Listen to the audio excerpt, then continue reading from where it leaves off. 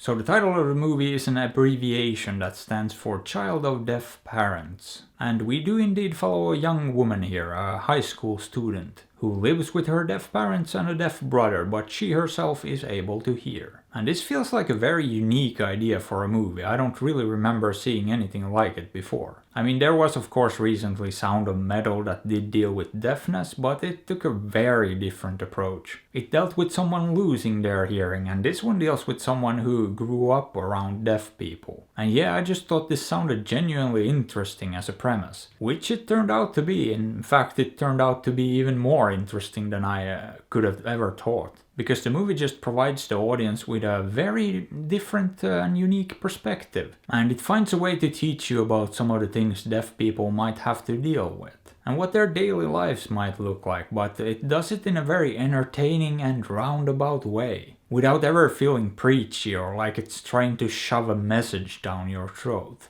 And literally the first thing I noticed about this movie and jotted down in my notepad was the phrase good vibes, because that's what this movie immediately gave me. It just felt happy, uplifting, and yeah, that was my first impression of it. Now, there is certainly some heavier drama in this one as well. It's not always light-hearted. But much of it is, and that brings me to the second thing I've noticed about this movie. It's funny, like really funny, and the comedy here comes across as effortless too. Like it's not even trying, the jokes just sort of naturally rise out of the situations and the interactions between the characters. But not only is it funny, it's also heartfelt and genuinely compelling too. I mean, I was tearing up constantly, basically throughout the entire movie. It just got to me, and a lot of that was just the result of very, very good writing. But that writing is also complemented by some excellent acting all around from pretty much the entire cast. I mean, I was highly impressed by everyone involved here. They just knocked it out of the park. And I had to look up the actors, and yeah, I wasn't surprised by the fact that all the family members are played by actual deaf people. Because I don't think you can teach that sort of physical, full-body acting they do. Although I have to say that Emilia Jones, who plays the main character here, was very, very convincing too.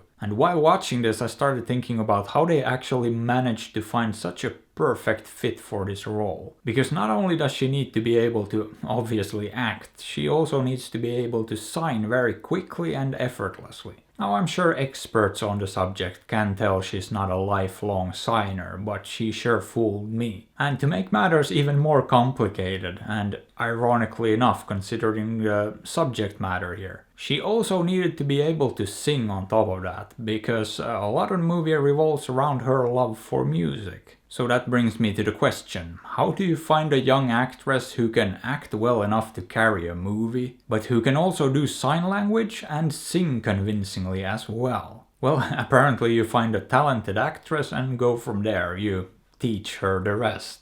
And yeah, they got it right with the casting here, because she's really, really good. In fact, the whole movie is really good. I have almost no complaints about this one. Now, when it comes to the technical side of things, I think the direction, editing and cinematography weren't anything mind-blowing. They played it pretty safe and did a good job, but nothing here in that regard is too spectacular. But with a script this good and performances this great, that didn't even matter in the slightest. Now, in the interest of fairness, I do think the ending here did feel a tad bit artificial and overwritten, which I think stood out to me because everything else just came across as effortless and natural. But at the same time, the ending definitely packed an emotional punch, so I can't even really complain too much about that one. And yeah, what a great little movie this was. I mean, just a genuinely impressive film that hit me right in the feels and was highly entertaining and funny while doing it. So yeah, I would feel I did the movie dirty if I gave it anything less than a low 9. Boop.